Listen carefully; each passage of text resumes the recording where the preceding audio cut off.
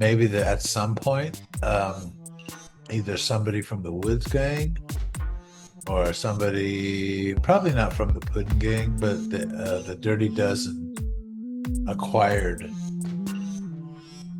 Maybe they acquired another gang, another member, and it made it 13, and then that was it. And so um,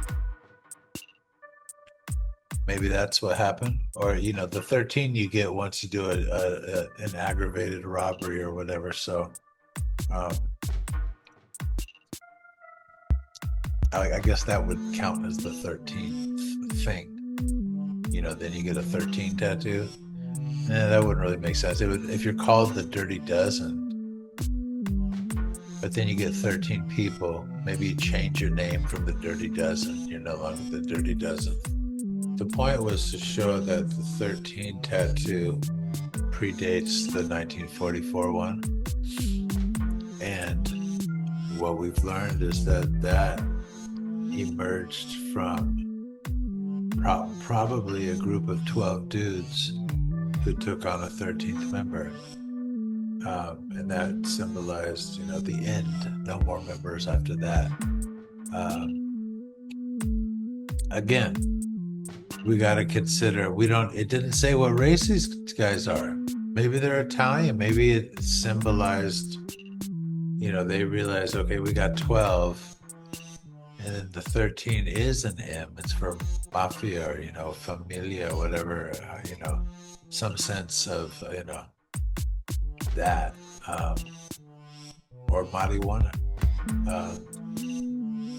But it's an interesting piece of the larger story, don't you think? In post-production, I was reading from a text entitled The Maya, 5th edition, fully revised and expanded. The Maya by Michael D. Coe, about the Maya, the indigenous Maya of the Americas. And considering 13, check this out.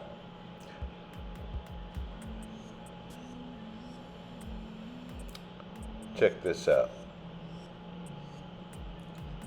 Our richest and most treacherous sources are the Katun prophecies of Yucatan, contained in the so-called books of Chilambalam, which derive their name from a Maya servant said to have predicted the arrival of the Spaniards from the east.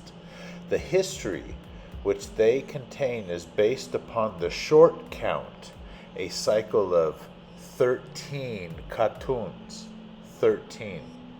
13 times 7,200 days, or 256 and 1/4 years, each Katun of which was named from the last day, always Ahau, on which it ended.